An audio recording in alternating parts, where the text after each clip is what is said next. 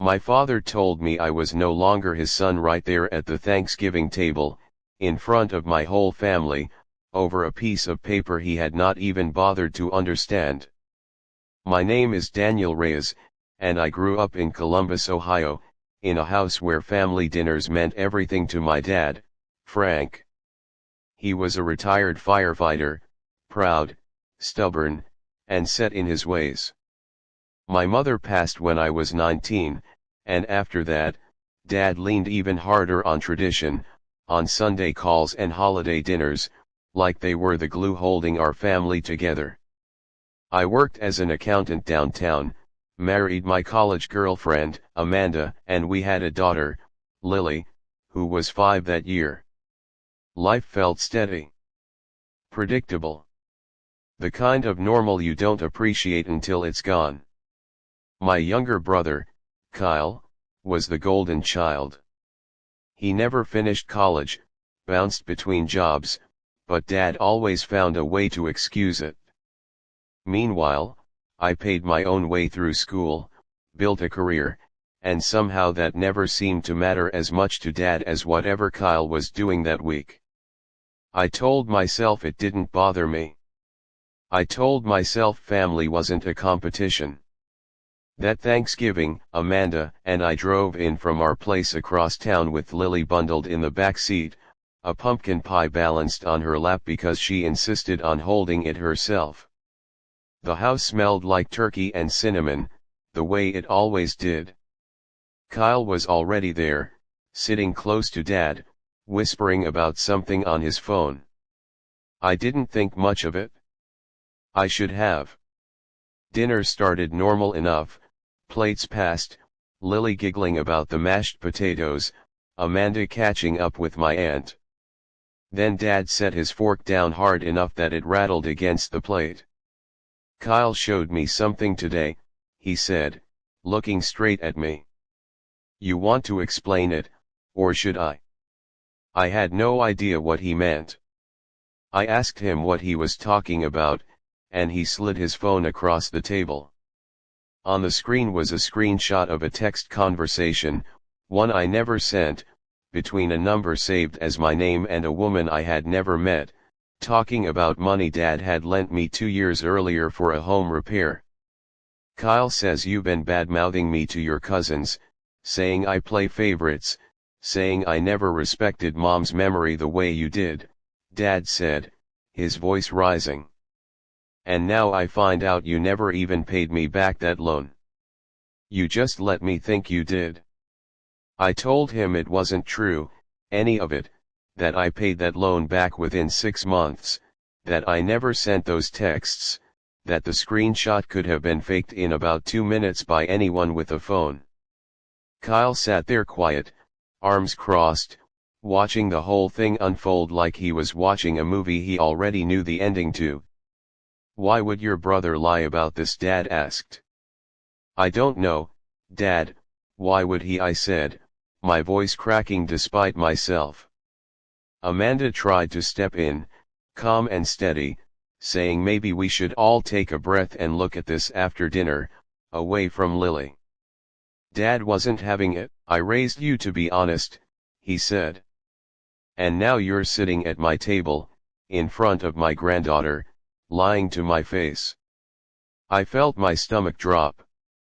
I looked at Kyle, waiting for him to say something, anything, to back me up or even just look uncomfortable. Instead he shrugged and said, I just showed him what I found, man. I'm not saying anything you didn't already do. That was when Dad stood up, his chair scraping against the floor, and said the words that changed everything. You are no son of mine, not after this. Get out of my house. The room went silent except for Lily asking Amanda in a small voice why Grandpa was yelling. I remember my hands shaking as I stood up, my chest tight, my mind racing through every possible explanation, but Dad wasn't looking at me anymore. He was looking at Kyle, and for just a second, I swear I saw something like pride in his eyes.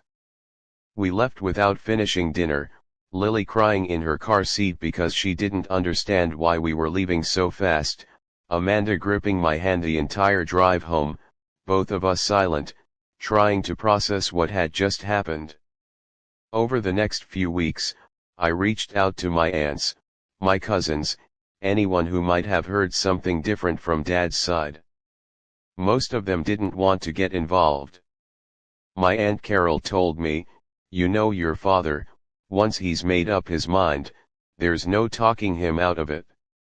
Nobody asked if the screenshot could have been fake. Nobody asked why Kyle happened to have exactly the evidence Dad needed to believe the worst about me. I called Dad twice that week. Both times he let it go to voicemail. On the third try he picked up just long enough to say, "I don't have anything to say to you," before hanging up.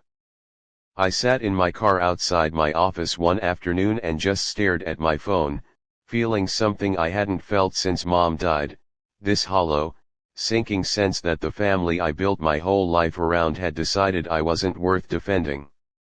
Amanda found me there an hour later, worried I hadn't come home.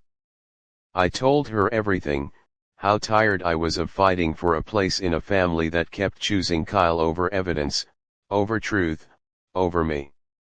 That night, lying awake, I made a decision. I wasn't going to keep begging for a seat at a table where I clearly wasn't wanted. Instead, I hired someone to actually trace the messages Kyle showed my father. It didn't take long.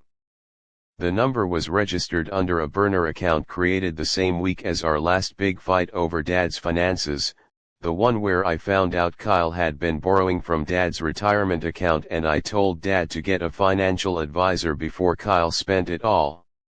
I printed everything, the account creation date, the IP address that matched Kyle's apartment complex, all of it, and mailed a copy directly to my father with a short letter. I told him I loved him, that I understood if trust needed time to rebuild, but that I wasn't going to accept being erased over a lie designed to protect Kyle's access to his money. 2 weeks later, my father showed up at our door, without calling first, holding that letter in his hand, looking older than I remembered.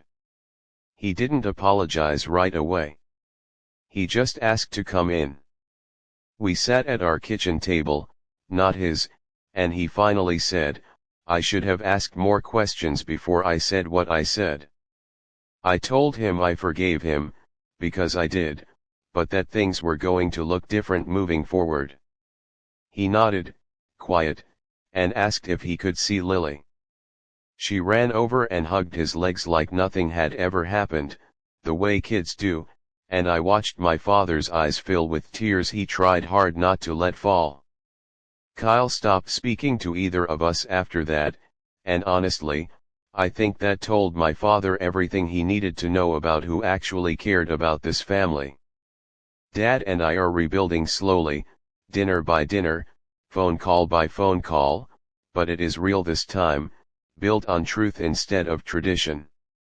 And every time I watch him laugh with Lily now, I remember that some bridges are worth rebuilding, even after someone tries to burn them down.